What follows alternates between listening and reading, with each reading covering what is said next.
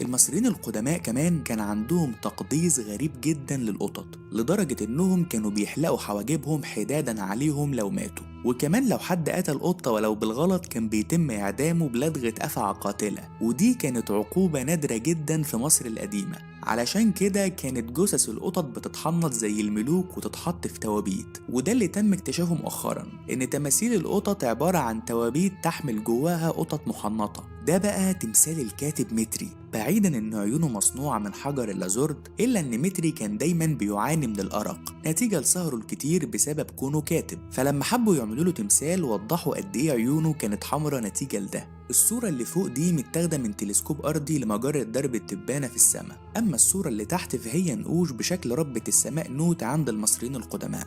وده تمثال الملك خفرع. تمثال الملك خفرع مصنوع من مادة الديورايت الأخضر شديد الصلابة اللي محدش قدر يعمل منها تماثيل غير